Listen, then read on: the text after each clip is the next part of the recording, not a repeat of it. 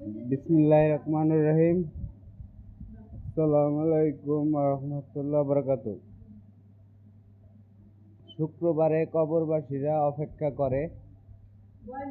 হাদিস হাদিসে এসেছে, রাসূলুল্লাহ সাল্লাল্লাহু আলাইহি সাল্লাম বলেছেন, শুক্রবার কবরবাসীদের জন্য সবচেয়ে প্রিয় দিন। এই দিনে তাদের আত্মীয় স্বজন যদি তাদের জন্য দোয়া করে, কোরআন তেলাওয়াত করে বা দান করে, তাহলে তাদের রুহু খুশি হয়, যেন শুকনো জমিতে বৃষ্টি নামলো। ব্র্যাকেটে ইবনে আবি দুনিয়া ব্র্যাকেট ক্লোজ।